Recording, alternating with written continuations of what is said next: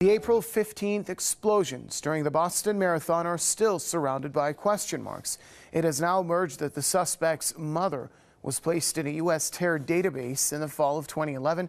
The CIA reportedly placed Zubaydah Tsarnaeva together with her older son, Tamerlan Tsarnaev, on its database at the same time.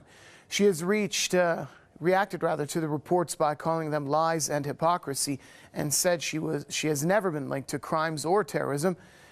Tamerlan was shot and killed by U.S. police in the manhunt following the bombings.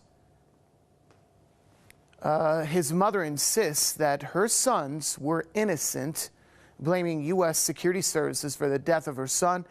The younger brother, Johar, is hospitalized due to a gunshot wound in his throat. He said he has been charged with federal terror offenses over the twin blasts that left 3 people dead and scores injured. More detainees in the U.S.-run prison in Cuba have joined a growing hunger strike. A U.S. military official says the number of the hunger-striking detainees in Guantanamo Bay has risen to 100. The U.S. official says 19 of the hunger strikers are receiving liquid nutrients through a nasal tube. The inmates began their strike in early February to protest against searching their cells and personal belongings, as well as indefinite confinement. Detainees' lawyers say the U.S. military is reporting false number of hunger-striking inmates. The U.S. has held 166 detainees in the Bay for years.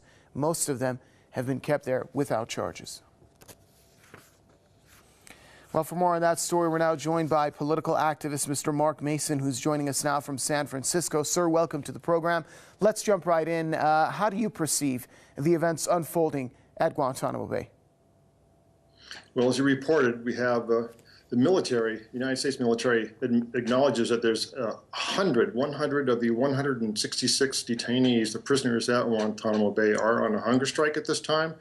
I have reports that 20 of them are on internal tube feeding through the nose, and that 5 of those are in hospital. So it's reasonable to assume that at least 5 of them are in some kind of critical physical condition that may approach life-threatening.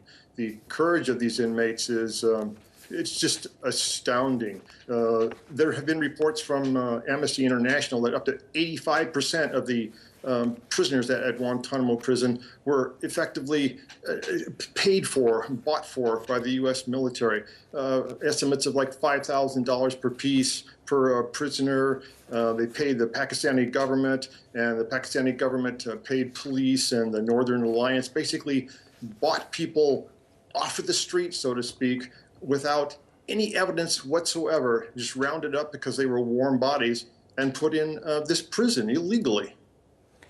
Mr. Mason, another issue is how can we verify the authenticity of the news that's coming out of Guantanamo Bay when the U.S. military personnel there are the only ones who have access to the detainees? Of course, their lawyers have access, but I believe most of them are also appointed by the U.S. military. Indeed, very little concrete information, verifiable reports are coming from the prison. Today, the International Red Cross did arrive on site. They are inside the prison, and they are inspecting the conditions at this time. So I would expect within hours or within very few days that we will get some kind of meaningful independent report from the International Red Cross. All right, thank you very much. Political activist Mr. Mark Mason joining us from San Francisco.